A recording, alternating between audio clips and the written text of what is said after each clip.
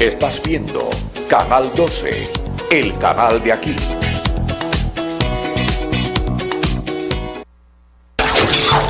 Advertencia. Canal 12 no se hace responsable por los conceptos emitidos en el siguiente espacio. Las opiniones expresadas y los productos promocionados son responsabilidad absoluta del productor del programa.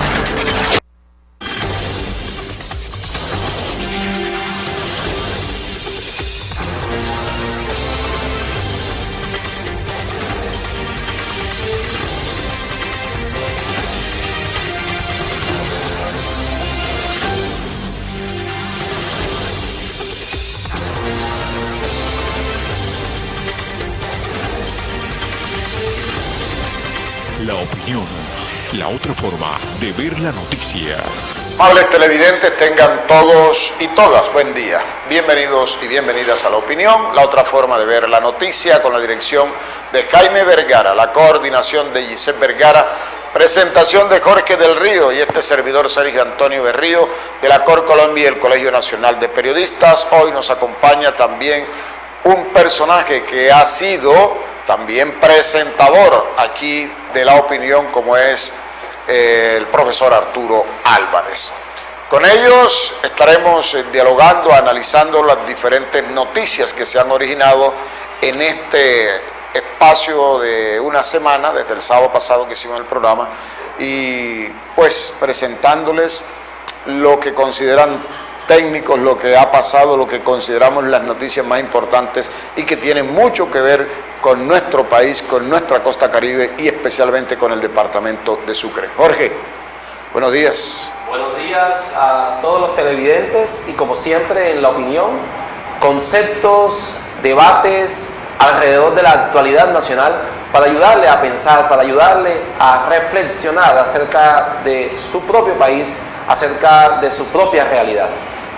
Arturo Álvarez. Gracias, compañeros, por la invitación. Esperamos que podamos hacer un análisis sobre la coyuntura política y social del departamento y del país. Gracias por la invitación.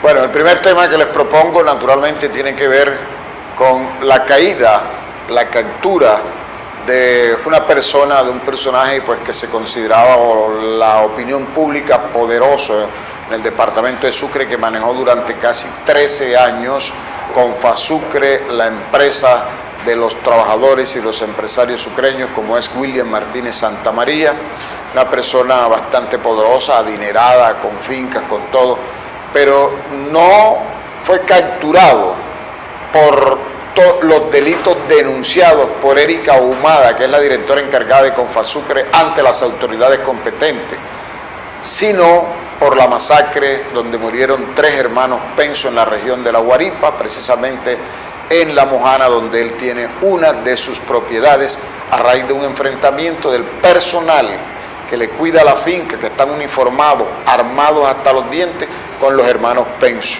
Para ponerlos en contexto, los hermanos Penso fueron los que le vendieron esa finca a William Martínez Santamaría, y desde allí se produjo un litigio de tierras, porque varios de esos hermanos, dicen ellos, no firmaron las escrituras o el poder para la venta de esos terrenos.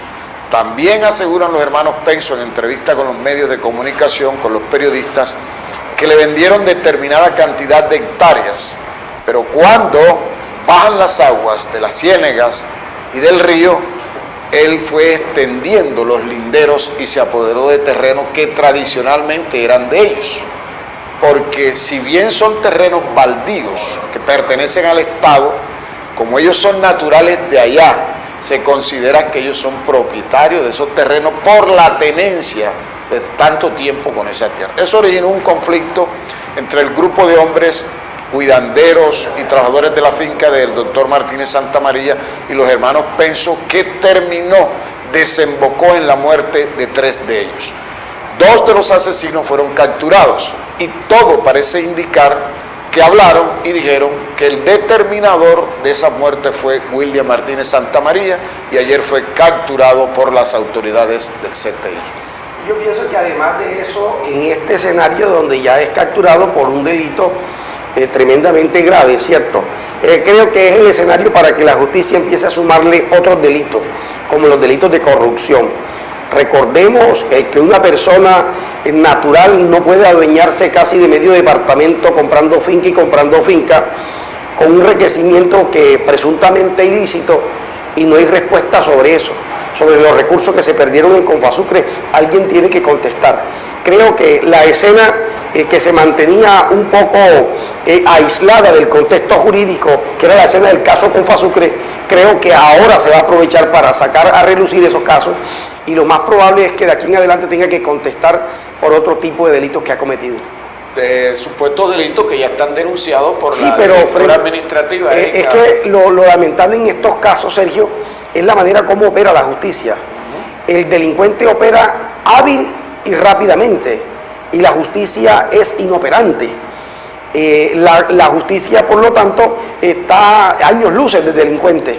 Entonces, frente a eso, en escenarios como este, quienes denuncian aprovechan nuevamente para caerle a este señor, y allí puede darle vida a una cantidad de casos que tiene escondido o que la Fiscalía no ha querido darle trámite. ¿Qué opina Jorge del Río de Es precisamente, y más allá del caso de William, es la complicidad o la complacencia que existe en la lentitud de la justicia y el apoderamiento por parte de los presuntos investigados o los presuntos funcionarios que se enriquecen a costillas de recursos públicos y luego reflejan o luego invierten esos dineros en la tenencia de tierra, que en nuestro medio, casi que un esquema feudal, luego da poder político. Es el círculo vicioso. A propósito de eso, recordemos que el sobrino estuvo de concejal, estuvo aspirando a la Cámara de Representantes, no pudo salir, y todo se hace bajo el ejercicio de la clientela. Yo tengo a Confasucre, lo presto para meter y sacar gente a mi acomodo y póngame los votos. Ese tipo de cultura ha hecho carrera en el departamento de Sucre, deteriora la institucionalidad y atrasa los municipios y los departamentos. Ahora bien, aquí hay un conflicto de tierras en Colombia que se revivió con la restitución de tierra a raíz del proceso de paz. Y no solamente estos han sido víctimas en Sucre, en todo el país hay un exterminio casi sistemático de quienes por tradición reclaman sus tierras. Ya Sergio lo tocaba. La tierra es de quien tradicionalmente ha habitado en ella. Y aquí tenemos un problema colonial nosotros. Cuando llegaron los españoles y usurparon de las tierras a los nativos, que eran naturalmente sus propietarios, y que posteriormente a sangre y fuego, durante 200 años de vida republicana, hemos tenido la historia del despojo, del desarraigo de quienes han vivido en la tierra, la han sembrado, la han querido, a costa de los dineros que se acumulan por corrupción. Entonces aquí hay un círculo casi que diabólico alrededor de no solo la masacre, sino también el despojo, el desplazamiento y el empoderamiento de la tierra como signo del poder en Colombia. Claro, bueno, recordemos a nuestros televidentes que este es el segundo sucreño que cae en poder de las autoridades preso por supuesto ser determinador de esa masacre. El primero fue Álvaro García Romero, que fungía como senador en el momento y fue capturado por su nexo con el paramilitarismo, la masacre de Macayepo. Él no empuñó un arma para ir a matar a los campesinos. Es que el determinante estaba acá en Cincelejo. Claro, es que el delito es determinador. Y yo creo que el ser determinador es mucho más, y por eso la justicia lo cobra con mayor fuerza. Claro. Porque quien determina ha meditado sobre la muerte, ha reflexionado y ha planeado cómo hasta limpiar su nombre luego de que caigan los muertos. Quien determina usa su poder para que otro pueda actuar y jalar el gatillo en ignorancia o dependiendo de un sueldo. O alienación mental. Es una dominación mental sobre él. Y es peligroso, porque yo creo que quien manda a matar, uno manda a matar a cuantos quiera. Por supuesto. Bueno, pasemos al segundo tema propuesto en nuestra día de hoy, en nuestra mesa de trabajo en el programa, y tiene que ver con la situación de Ituango, porque estuvieron aquí funcionarios de EPM de Medellín, que es la principal accionista del más grande proyecto hidroeléctrico que se tenga noticia en Latinoamérica y que está a punto de colapsar de acuerdo a estudios técnicos que han hecho ingenieros de la Sociedad de Ingenieros de Colombia que han estado allá en el teatro de los acontecimientos. El gobernador dijo, vino una comisión de EPM, se reunió con los alcaldes de La Mojana, del San Jorge, pero no dieron ninguna solución. El gobernador de Antioquia se enfrentó con el alcalde de Medellín, porque el gobernador de Antioquia dice que no le han dicho toda la verdad a él de lo que está pasando en Ituango. Y de acuerdo a esos estudios técnicos, desde el mismo Ituango, pasando por todo el Bajo Cauca antioqueño, llegando a La Mojana antioqueña, cordobesa, sucreña y bolivarense, hasta desembocar en Bocas de Ceniza. El Atlántico se va a ver afectado, porque naturalmente toda esa avalancha del río Cauca que se encuentra con el Magdalena, con el San Jorge, desemboca allá. Todos los municipios ribereños van a sufrir. Ahora, es preocupante cuando los técnicos dicen que si eso se derrumba van a haber olas, o sea, de 50 metros. Sí, hablan de una sola de 4 pisos. ¿De 4 pisos? De 4 pisos, un edificio de 4 pisos. Ah, un edificio de 4 pisos. Una pared de agua y lodo, que ese es lo que se conoce como avalancha. Peor que Armero, dicen. Sí, por supuesto. Bueno. Claro, pero nosotros sabemos por qué sucede esto en este país. Y de allí el hecho de que las consultas populares sean esencial. Es que hay que hacer un diálogo con las comunidades, hay que hacer un diálogo con la comunidad científica. Recordemos también que el asunto de la tierra, en Ituango también hubo masacre. Ahí también mataron a la gente que se oponía al proyecto. Entonces, frente a esa condición, es como quien ejerce dominio económico cree tener la verdad absoluta. Y ante la naturaleza no podemos hacer el dominio que queremos ejercer contra los demás seres humanos. Recordemos que este proyecto es un proyecto millonario, pero que estuvo en contra de la población. La gente entendía que le iba a generar un daño, el impacto ecológico ha sido nefasto para la sociedad.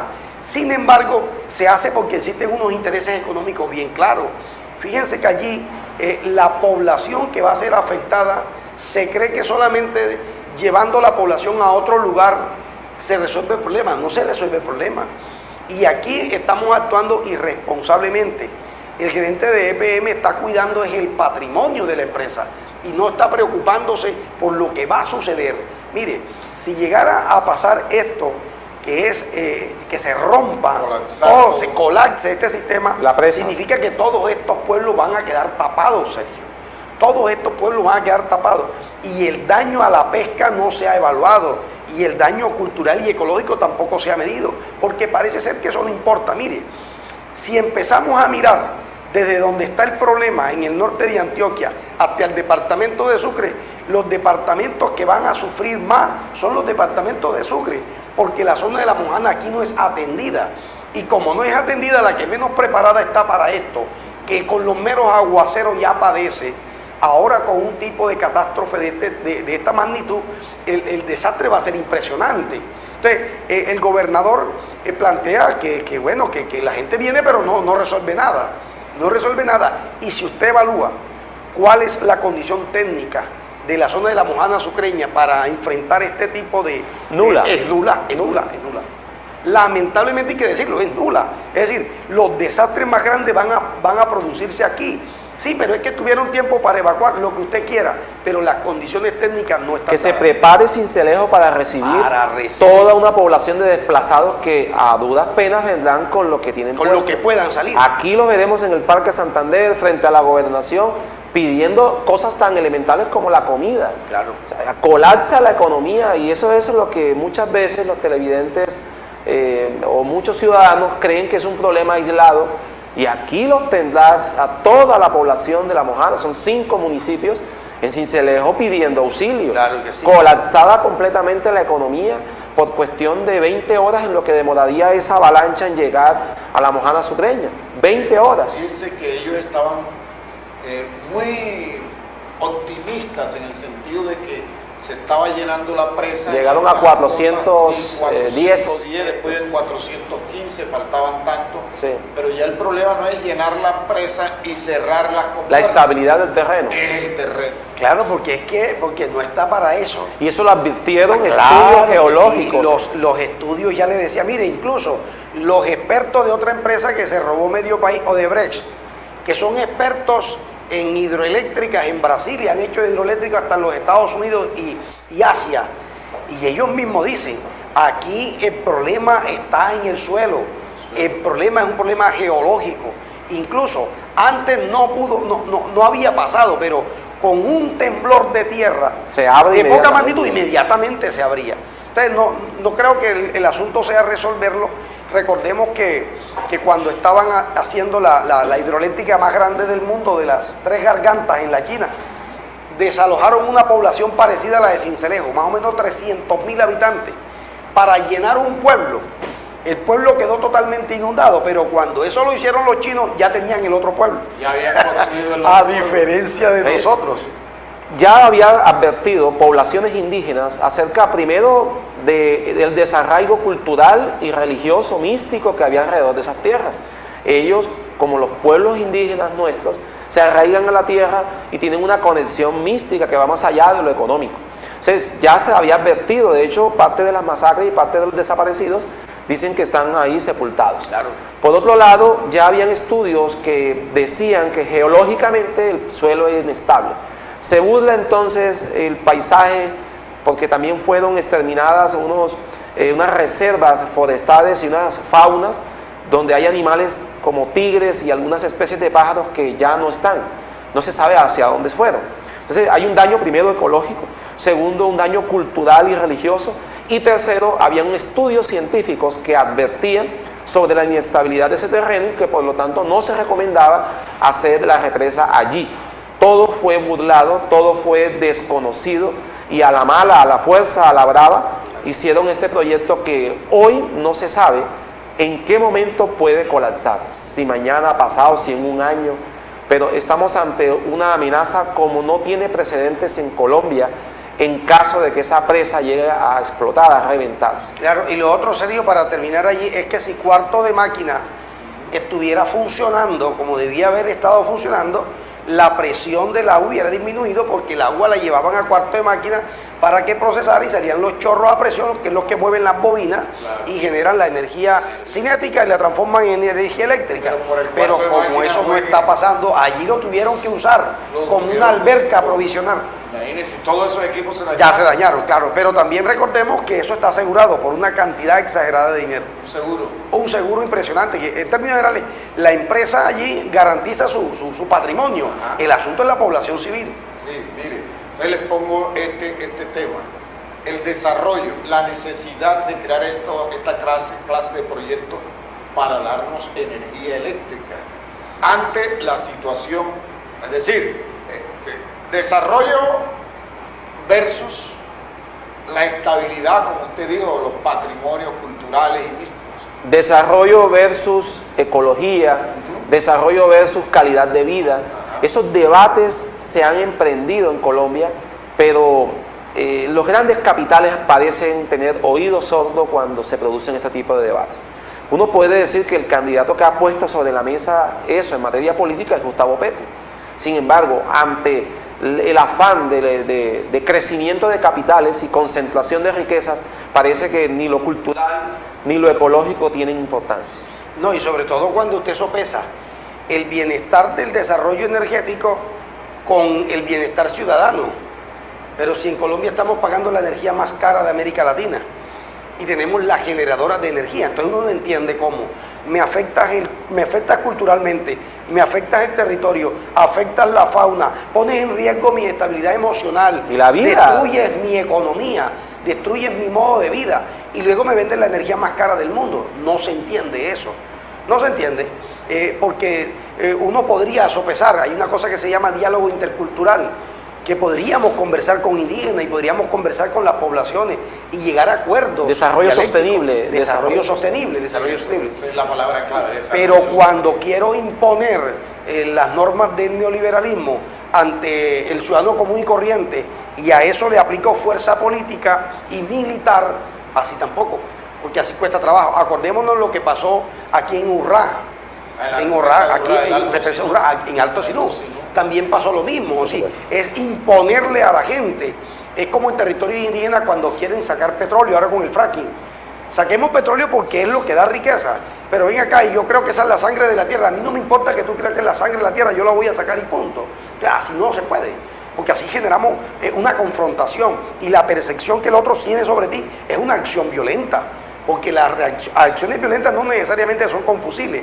Pero cuando quieres hacer normas impositivas que obligan a que un pueblo se deshaga de lo que ha sido milenariamente, entonces la reacción de ese pueblo es violenta. Y luego decimos, no, que es que la población se rebotó y prendió unos carros. Sí, pero ¿qué le hicieron? Claro. Diálogo consensuado es lo que se necesita. Los invitamos, amables televidentes, a nuestro primer corte de comerciales, y al retornar a la opinión vamos con el análisis de las elecciones del 27 de mayo pasado para Presidencia de la República, las alianzas que se han hecho en materia política de los dos candidatos que quedaron para la recta final. Ya retornamos a la opinión, la otra forma de ver la noticia.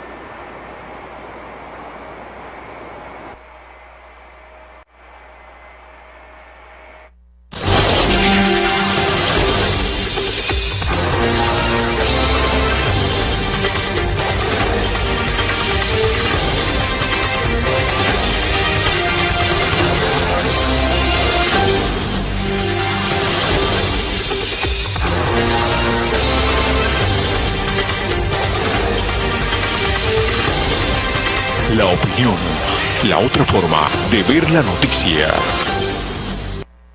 Hay situaciones en las que prefieres no salir.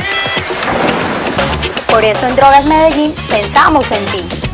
Recibir tus medicamentos en la puerta de tu casa es así de fácil. Solo tienes que marcar al 274-3848 y listo.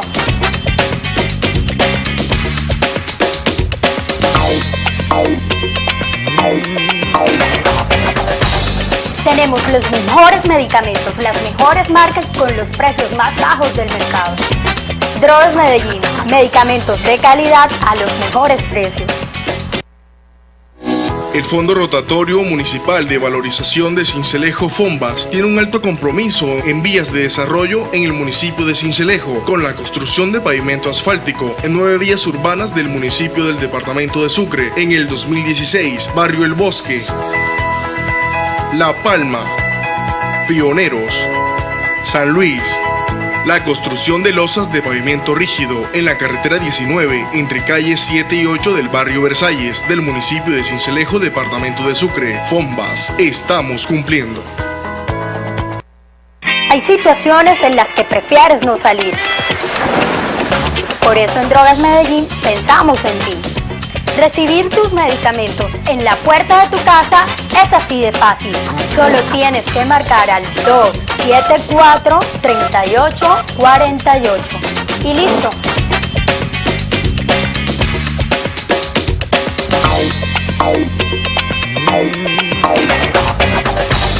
Tenemos los mejores medicamentos, las mejores marcas con los precios más bajos del mercado. Drogas Medellín, medicamentos de calidad a los mejores precios. El Fondo Rotatorio Municipal de Valorización de Sincelejo Fombas tiene un alto compromiso en vías de desarrollo en el municipio de Sincelejo con la construcción de pavimento asfáltico en 9 vías urbanas del municipio del departamento de Sucre en el 2016, Barrio El Bosque, La Palma, Pioneros, San Luis. La construcción de losas de pavimento rígido en la carretera 19 entre calles 7 y 8 del barrio Versalles del municipio de Sincelejo, departamento de Sucre. Fombas, estamos cumpliendo.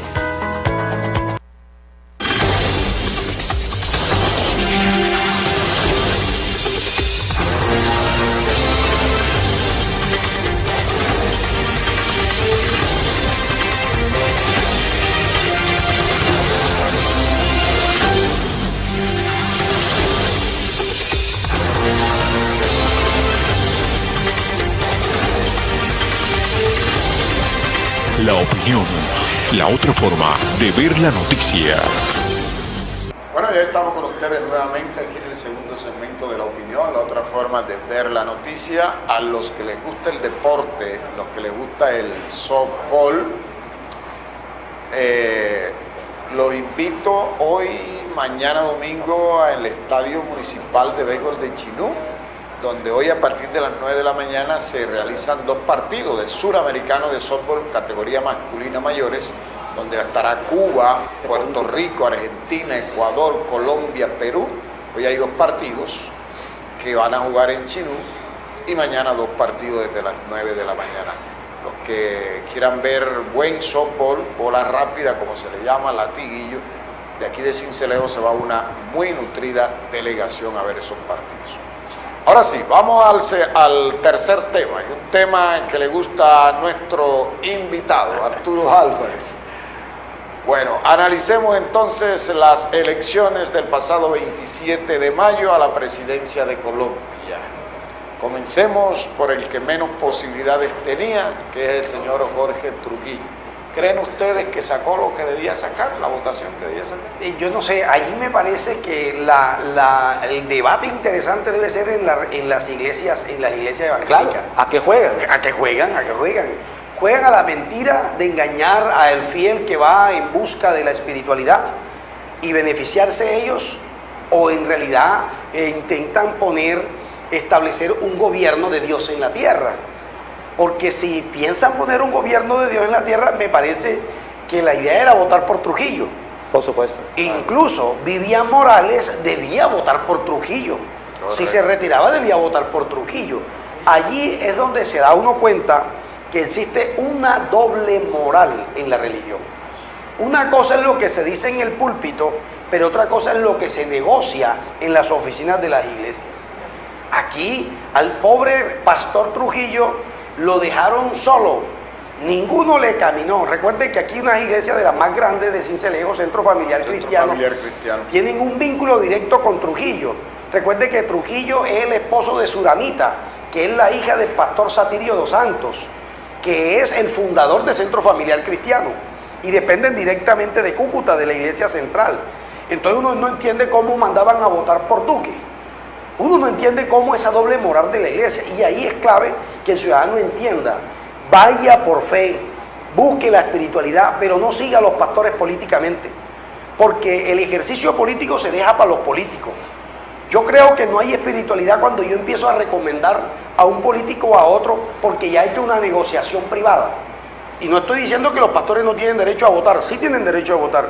Lo que me parece sucio con la fe, con Dios y con los pobres cristianos que creen en Dios, ponerlos a buscarle voto a un candidato porque ya hemos hecho una negociación privada. Eso es lamentable. Entonces, el candidato lo dejaron solo y obviamente no sacó ni siquiera los votos que debía sacar con las iglesias. Ni siquiera sacó los votos que debían sacar con la iglesia. Pero triste, y se raja la iglesia.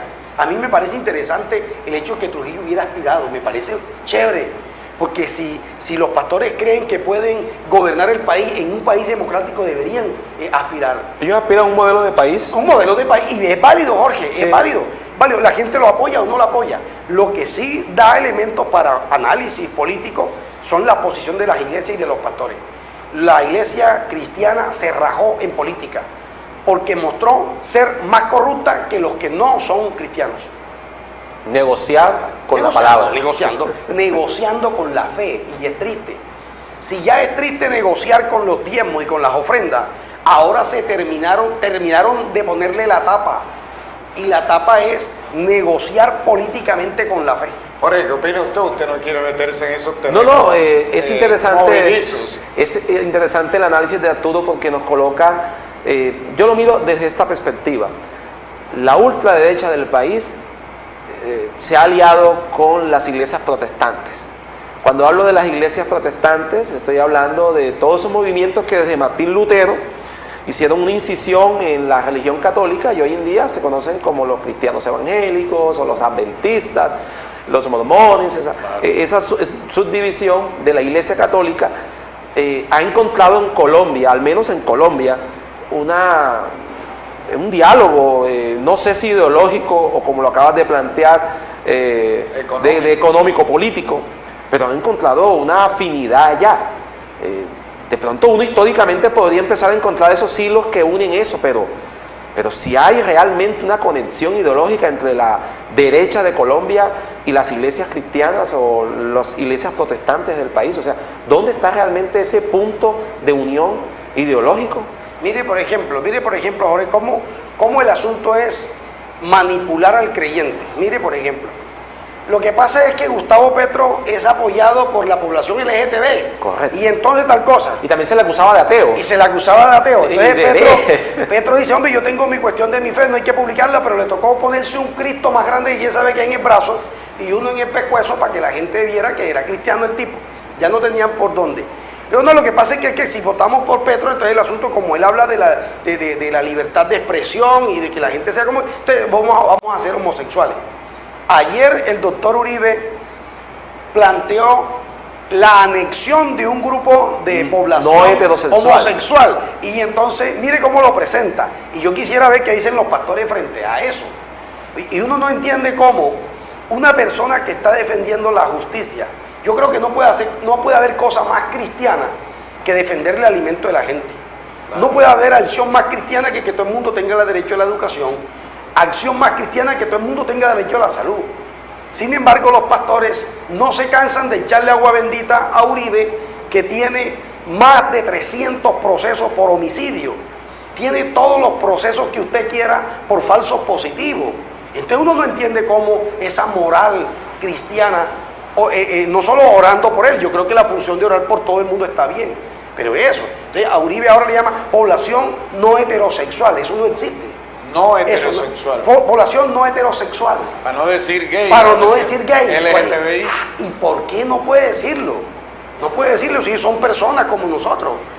¿Qué va a hacer Ordóñez con el hijo de Pachito Santos? Ese es el asunto. ¿Y qué van a hacer con Gaviria? Imagínense, ¿y qué van a hacer con Gaviria? Incluso yo ahora... No, estamos hablando políticamente. Políticamente sí. Entonces, en serio, yo creo que en realidad me parece que hay una doble moral. Que hay una doble moral y lamentablemente, porque es triste, porque la gente juega con esto. Es que si yo soy contrario al modo de pensar del pastor, entonces yo me estoy metiendo en problemas con Dios. Entonces, como me estoy metiendo en problemas con Dios, Dios a mí me va a castigar, porque yo estoy pensando distinto al pastor. Pero el pastor no castiga al pastor que abusa sexualmente de dos hermanas secretarias en una iglesia y lo mandaron a retiro espiritual porque se le metió el diablo encima. No, es un bandido, Imagínese. Yo creo que quien desde el púlpito lanza un mensaje espiritual y por detrás está haciendo cosas horrorosas, es más bandido que el que está afuera. Porque del que está afuera esperamos lo que sea, pero de quien está investido del Espíritu Santo no esperamos sino cosas buenas. ¿Cómo es posible de que ya la gente está fastidiada de la carreta? El Señor me dijo que votaran por fulanito. Y en un sueño. No, en un sueño el Señor me dijo, no, por favor, no seamos tan... primero a los feligreses, no dejemos que la condición espiritual nos invada a tal punto que condenemos la razón. Yo siempre he planteado que si Dios me dio un cerebro es para pensar. Es para pensar. Y leamos cuando las cosas vienen de Dios en una iglesia y cuando vienen de un pastor con un interés particular. Un interés particular. Ese es el mensaje final. Entonces, listo, ahí hay que ser claro con eso. Bueno, Humberto de la Calle, ¿qué le pasó? Humberto de la Calle simplemente no tuvo el respaldo decidido de la mayoría liberal. No sé si se puede hablar, y Arturo acá nos va a ilustrar, de un liberalismo realmente arraigado en Colombia, o son simplemente partidos que apuestan al mejor postor, que se unen a el que mejor les pueda cobijar en materia contractual, en materia de ministerios. Pero lo que mostró el liberalismo prácticamente es una división, una ruptura interna insalvable, al menos a la luz del siglo XXI. Claro, además, Jorge, lo más bonito de estas elecciones es que mostró lo que ya se veía venir. No hay partidos políticos en Colombia, no hay partidos políticos. No, sí hay uno. El Centro Democrático, no obstante que está Uribe ahí, es el partido más organizado. Pero mire, escuche, yo coincido con usted en parte, sí. Pero recuerde que ese mismo Centro Democrático era el partido de la U, acuérdese. Sí. Ese mismo Centro Lo que pasa Democrático es que es el aquí partido de la U. el Centro Democrático es caudillista, tiene un caudillo. Sí, porque es que vivimos oleadas políticas, oleadas. Por ejemplo, decir que el partido Colombia Humana es un partido, no es un partido, es una oleada, es una oleada. Un movimiento importante que jala mucha intención de voto, opinión. Pero Centro Democrático igual le pasa lo mismo. ¿Dónde se mide Centro Democrático?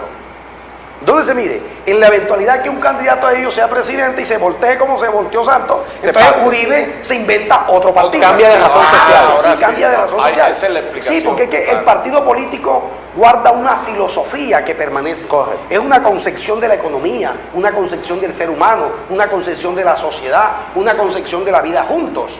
Ese es un partido político. Lo que pasó en España. Lo que pasa en España. El presidente le toca dimitir porque no le queda otra. Responde por el partido. Ahora, volvemos a Humberto de la Calle y la crisis del Partido Liberal. ¿Cómo lo ves? El asunto es que usted, para mirar el Partido Liberal, es difícil encontrar liberales con ideas liberales, porque los liberales con ideas liberales deberían estar acompañando a Gustavo Petro, porque son los principios del origen liberal. El asunto de discutir el tema de la tierra, el tema de las libertades sociales, que es un asunto aquí bastante lamentable. Y está afiliada a la socialdemocracia. Totalmente. Pero entonces los liberales, ya con Humberto montado, Humberto sigue en la campaña porque es un hombre valiente, me parece un estadista, es un hombre que tiene el país en la cabeza, entiende la sociedad colombiana, es un excelente candidato. Lamentablemente no tiene un excelente partido. Claro. Todos ellos se venden, todos los liberales van buscando a quien le dé más. Hoy ya están baratos porque no se fueron con el que era a tiempo. Se fueron con Vargas Lleras y disminuyeron su precio, porque ahora van donde Duque lo recibe porque claro, no es tonto, pero ya no valen casi nada. Ya no valen casi nada, o sea, así ya es. Pocón van a recibir lo que se montaron en la primera ola, pero estos no van a recibir mucho. Se fueron con Vargas Lleras porque obviamente usted sabe que la mermelada atrae mucho y los contratos atraen mucho. Mire, por ejemplo, lo bonito que en caso de Sincelejo, todos perdieron en Sincelejo, todos perdieron. El alcalde Jacobo se fue con Vargas Lleras y perdió. Salín se fue con Vargas Lleras y perdió. Yair Acuña se fue con Vargas Lleras y perdió. Toño Guerra se fue con Vargas Lleras y perdió. Sí, todos perdieron porque todos no estaban debatiendo por el asunto ideológico de la patria, de una nueva manera de ver la política. No, todos habían discutido contratación. El candidato les perdió. Ahora le toca ir con el rabo entre las piernas donde Duque, a ver qué queda. La gran puñalada al Partido Liberal, indudablemente, y para cerrar el análisis alrededor de la calle, es la anexión de César Gaviria a 2 días de la primera vuelta a Duque. Pero yo creo que... ¿Qué pasó con esa acción? Mire, Gaviria se le acabó la batería a Gaviria. O sea, Gaviria ya políticamente no tiene nada. Un tipo que le dice en los videos de las redes sociales, lo estamos viendo, claro, que le dice que Uribe es un mentiroso, que Uribe es esto, que es lo otro, y ahora se hace, no porque la política no sea dinámica ni dialéctica, nosotros entendemos que es dialéctica y que es cambiante, y que hoy somos enemigos y probablemente mañana seamos amigos, pero lo que no coincide es con el discurso de esencia. Ellos no pegan allí, pero Gaviria tiene una intención. Ya políticamente nadie le presta atención, ni el mismo Partido Liberal, Recordemos lo que pasó con Cristo en las elecciones internas, Juan Fernando Cristo. No le prestan atención dentro del partido, ya no lidera nada, pero tiene el delfín. Claro, Simón Gaviria. Entonces, venga acá, hablemos Duque, mire, venga acá. ¿Qué le parece si el próximo candidato a la presidencia es mi hijito? Y usted le da un ministerio protagónico. Pero una embajada. Claro. Tendrán que volverlo de ultraderecha, tendrán que volverlo conservador. Sí, pero el asunto es que dentro de las élites lo que menos importa son las ideologías. Porque ahí hay que preservar una cosa, el poder. Por eso es interesante cómo se ponen ellos de acuerdo tan rápido. Lo venden como coalición. Ese sector del liberalismo está por el poder y por puestos burocráticos para que Simón Gaviria siga en esta carrera. Pero el caso de Galán es diferente. Pero mire el hijo de Galán que está en el Partido Liberal. Sí, pero el asunto es que son liberales. Por ejemplo, ¿cuál de los hijos de Galán da el debate fuerte en el Senado de la República? Ninguno. Los hijos de Galán son llevados a la política, al ejercicio de la política, cargando una marca registrada, que es el apellido del Juan papá. Manuel Galán profirió una crítica muy fuerte a Gaviria. Claro que sí, porque es que allí es donde debe despertarse el espíritu liberal, y tomó distancia.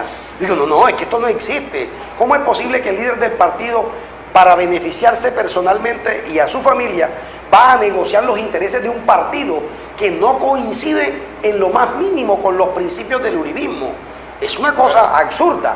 Entonces, allí, el que sea verdaderamente liberal dice, doctor Gaviria, lo siento, pero hasta aquí llegamos. Arturo, Tomo distancia. ¿liberalismo otro que perdió entonces? Liberalismo está muy perdido. Los conservadores ya no existen. De este debate Ya, perdió también el mire, liberalismo. en este debate se acabaron los liberales y se acabaron los conservadores. No existen como partido. Los conservadores se fusionaron con el Centro Democrático. Vamos a otro porque el tiempo Sí. no, falta Vargas Llera. Vargas Llera. Fenómeno Vargas Llera, ¿qué pasó? Vargas Llera tiene claro que la manera como él hace política tradicional La es maquinaria, la maquinaria. la maquinaria. La maquinaria le cogió el billete a Vargas Llera y no le respondió.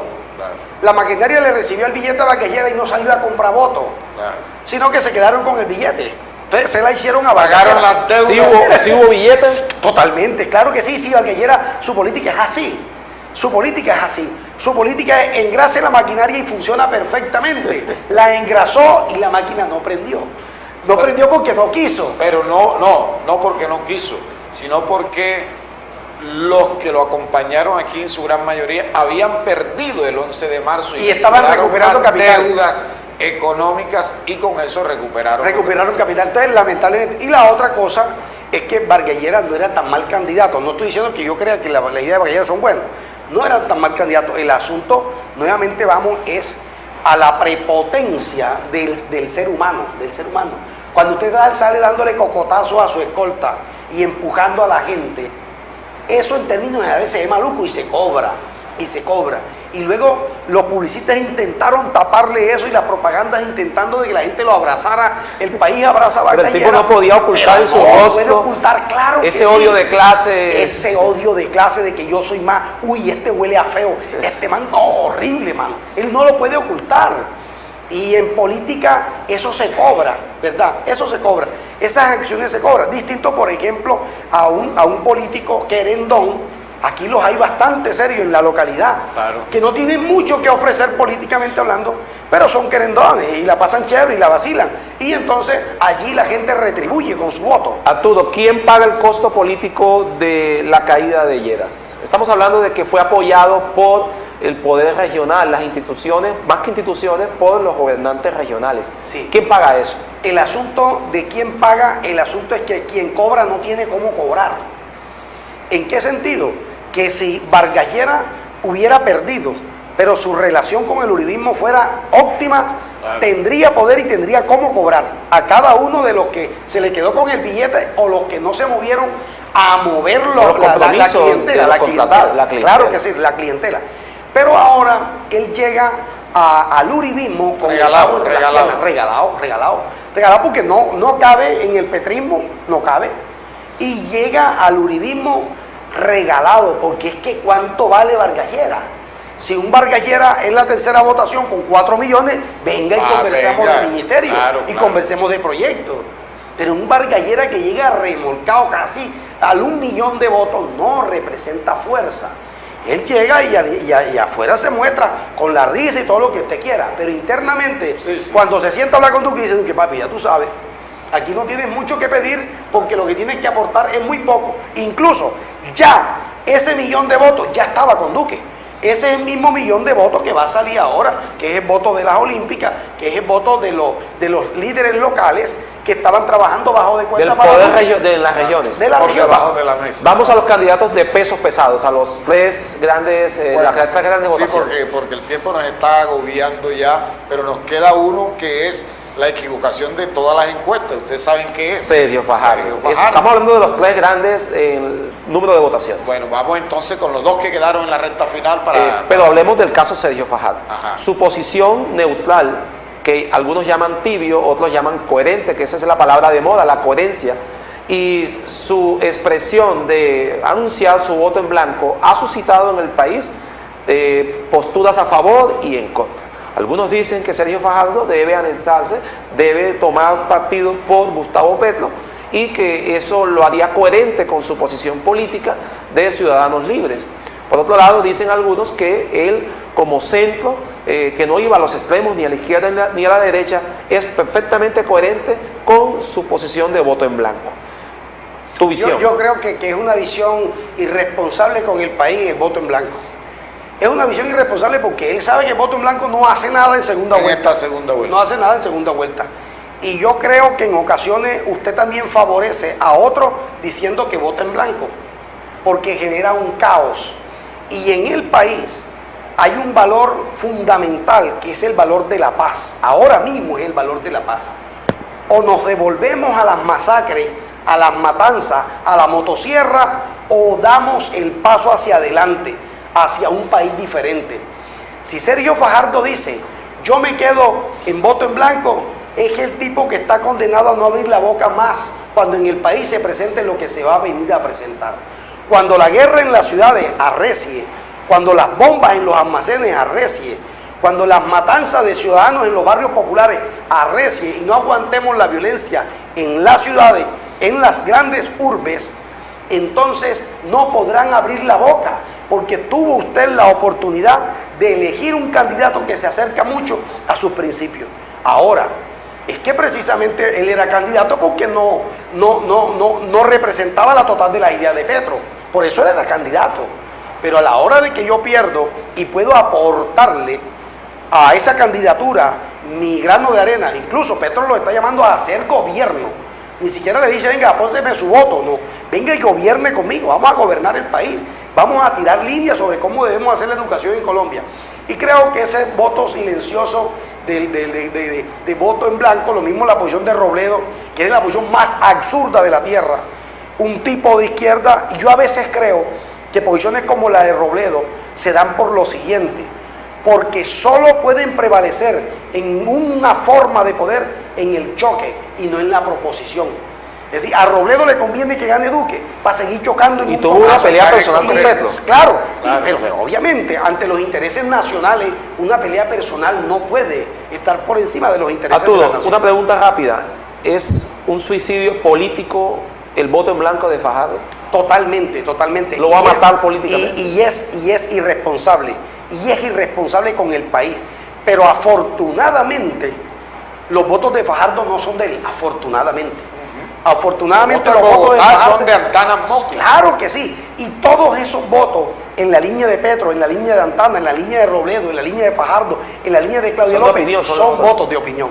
Son votos inteligentes. Sí. Son votos inteligentes. Vamos a son los votos de reflexión. A los dos candidatos que hoy tienen la posibilidad de llegar a la Casa de Nariño. Duque Petro se convirtió entonces en la gran batalla final. Hoy tenemos izquierda y tenemos derecha.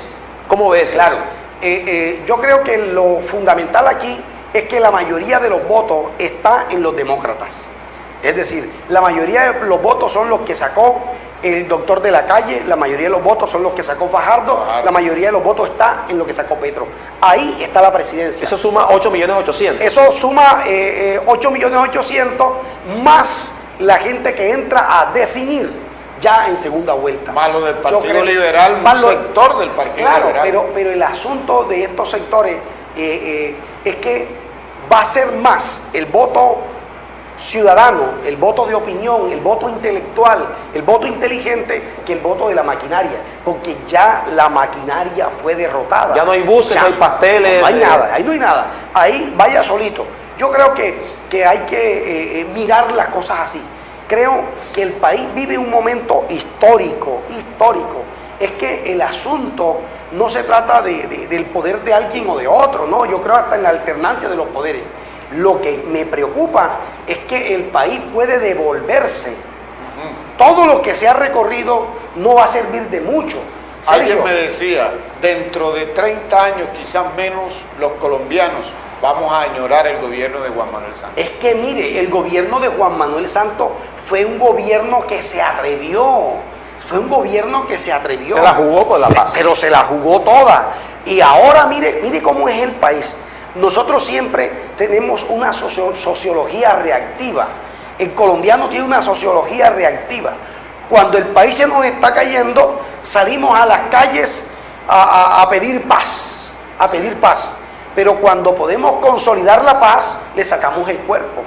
Le sacamos el cuerpo. Mire, parece yo creo que quisiéramos vivir permanentemente siempre en confrontación. Oye, horrible. Yo creo que este tiempo es un tiempo diferente. Por eso creo que la gente debe tomar una decisión clara. Y es acompañar la propuesta de la vida, acompañarla. Mire, por ejemplo, quitar las cortes, es que la poca justicia que hay se acabará si se acaban las cortes. Si se acaban las cortes pasa eso. No podemos llevar un país que diga, yo no voy con los diálogos de paz, porque si ya se consolidó un acuerdo, Sergio, lo más elemental como gobernante que llega es respetar el acuerdo que ya se hizo. Mire, yo no me imagino el cartel de Sinaloa pagando a 2 millones de pesos a cada excombatiente de la FARC en las ciudades para que le sirva a sus intereses. Eso es mucho peor que están reclutando, pero totalmente. Reclutando y a la gente que están matando en el campo defensor de tierra es porque ya ellos están negociando las tierras para quedarse con el negocio completo, quedarse con la tierra para sembrar la coca, quedarse con el ejército para defender la coca. Y segundo, las rutas comerciales que ya están establecidas. Arturo, una de las cosas que dice Iván Duque y que nos preocupa a todos es que él anuncia que va a revisar los acuerdos de La Habana. Esa es una postura también de partido, es una postura del Centro Democrático. ¿Qué implica desde tu punto de vista? Déjame agregarle algo, Jorge. La palabra revisar. Primero dijeron, vamos a hacer trizas los acuerdos. Lo dijo Fernando Londoño Hoyos, que es ideólogo del Centro Democrático. Cuando vieron que eso no hizo carrera, retrocedieron. Hicieron un discurso más light y dijeron, vamos a revisarlo. ¿Realmente qué implica eso desde tu opinión? Eso implica como cuando usted dice no heterosexual. Ellos son los campeones de la posverdad. El Centro Democrático es el campeón de la posverdad. Ellos le muestran al ciudadano común y corriente una cara de corderitos, pero detrás están afilando la rula para apelar el acuerdo de paz. El acuerdo de paz se cae apenas se monte Duque, porque cuando usted habla de revisión deja como 50.000 huecos abiertos, y cuando habla de revisar es como si yo le dijera a usted, yo cuadré con usted de que usted entraba al Senado de la República a hacer política y ya no hacía más guerra. Ahora yo digo, vamos a revisar eso, ya no vas a hacer política. Ahora vamos a revisar eso, yo quiero que tú pagues cárcel. Ahora vamos a revisar esto, yo quiero que tú esto. Oye, si ya hay unos acuerdos. Mire, Humberto de la Calle lo decía, cuando usted negocia no es la condición de ahora, de una FARC que ya está desmovilizada, de un Timochenko que fue a las elecciones a votar. No, cuando usted negocia es con una FARC que está en el monte, con poder económico, con poder militar.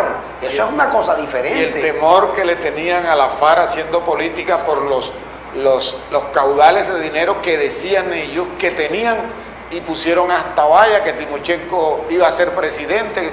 Mire, es que no sacaron ni un edil, para decirlo de alguna manera, con la votación. Claro, pero entonces allí nuevamente vienen los odios enquistados, esos odios que no se superan. Entonces, que es que me la tienen que pagar, es que ellos no manejan, los uribistas no manejan el concepto de justicia, sino de venganza. Me las pagas, esa me la paga. Y eso no se puede quedar así de que tú estuviste en la finca y que pelaste la vaca y ahora quieres hacer política. No, señor, usted sigue siendo un bandido. No. Si queremos reconciliar un país para una generación que viva de manera diferente y pueda resolver las cosas en el diálogo, en la confrontación sana, necesitamos darle validez a este acuerdo.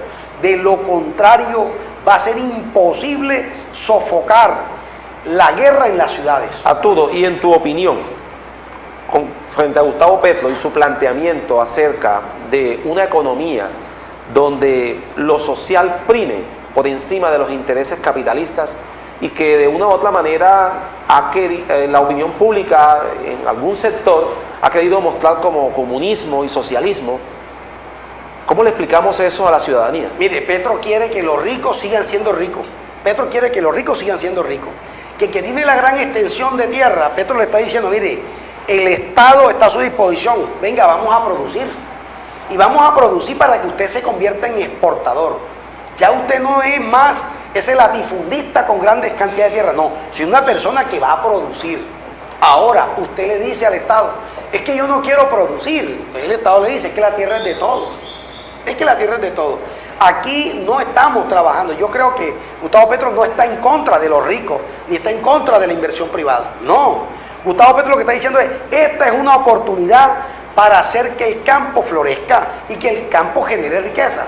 Sergio, si un terrateniente tiene 2 trabajadores y empieza a producir su finca, ya meterá 100, 200 trabajadores. Y crece el empleo. Bueno, lamentablemente nos están haciendo señas, el tiempo ha terminado. Entonces le agradecemos a Arturo. Listo, gracias Sergio. Jorge, estaremos aquí. Perfecto, igualmente el próximo sábado con más debates, con más opinión, y gracias a Arturo por darle claridad a la opinión pública acerca de este debate tan importante e histórico que se acerca el 17 de junio. Jaime Vergara es el director, Giselle Vergara la coordinación, presentación de Jorge del Río, este amigo Sergio Antonio Berrío. Los dejamos con Flavio Echeverry, El Caribe y su música. Hay situaciones en las que prefieres no salir. Por eso en Drogas Medellín pensamos en ti. Recibir tus medicamentos en la puerta de tu casa es así de fácil. Solo tienes que marcar al 274-3848 y listo.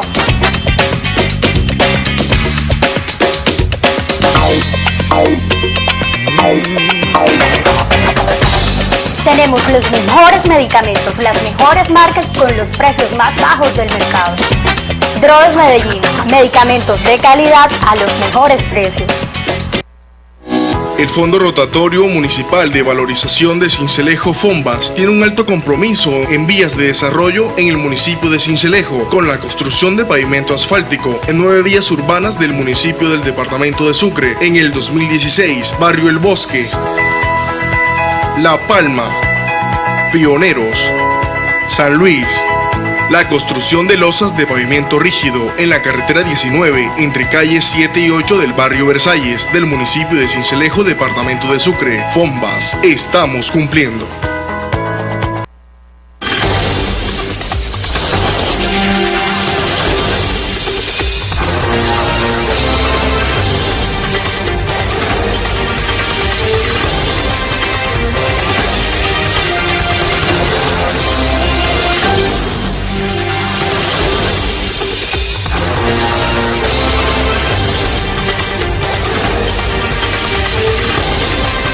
La opinión, la otra forma de ver la noticia.